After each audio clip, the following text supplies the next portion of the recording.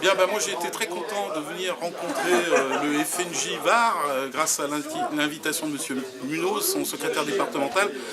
Florian, qui est le nouveau responsable du Front National de la Jeunesse pour le département du Var. Donc on est tous là rassemblés aujourd'hui pour que Dominique Martin, député européen du groupe ENL, nous fasse une formation sur l'Europe. Pour parler essentiellement de l'Europe, mais surtout de l'Union européenne, bien sentir que nous ne confondons pas l'Union européenne et l'Europe. L'Europe existe en tant que telle, une entité territoriale, culturelle, historique, culturelle, alors que l'Union européenne n'est que la partie émergée et technocratique du système pour nous faire avaler des couleuvres.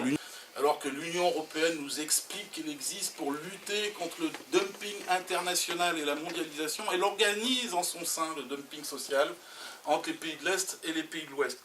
Non seulement la directive travailleurs détachés, la modification, non seulement elle est loin d'être faite, et au lieu d'avoir un durcissement, on va sur un assouplissement, mais on est toujours en trilogue parce que les grands lobbies ou les grandes entreprises mondiales ne sont pas satisfaits du travail rendu par le Parlement européen. Donc c'est la Commission qui nous reprend et pour nous faire aboutir au forceps à accepter ce qu'ils avaient rédigé. Cette directive ne va pas être assouplie, mais ils sont en train de travailler maintenant sur la carte électronique des services. C'est-à-dire que ça ne sera plus que les travailleurs détachés qui vont pouvoir, sous le prétexte d'un faux détachement, venir prendre le travail des chômeurs français, mais c'est carrément les prestataires de services. Mais que M. Macron, comme le voulait M. Hollande, comme M. Sarkozy l'avait déjà développé, ils veulent déréglementer et favoriser l'accueil dans chaque pays État membre d'un professionnels d'un autre pays. Donc les transporteurs, les grosses boîtes de transport qui font rouler les chauffeurs lituaniens, estoniens, vous les voyez ces camions sur la route, où les types travaillent des heures et des heures et des heures pour un salaire de misère,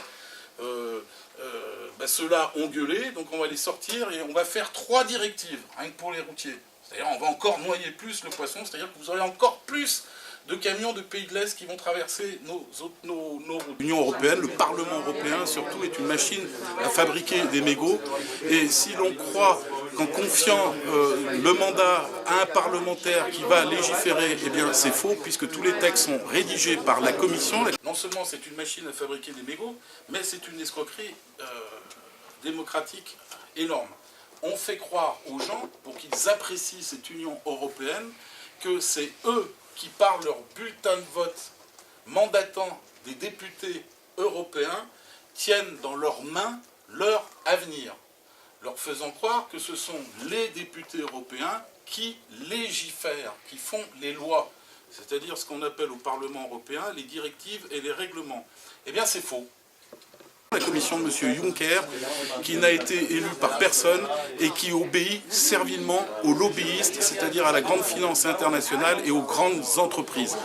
Et je pense que le message est passé, et je pense que notre groupe qui défend une Europe des nations et des libertés est crédible, une Europe des coopérations, celle de la fusée Ariane, celle de Airbus et celle du CERN, Centre européen de recherche nucléaire. On n'est pas contre l'Europe. L'Europe existe.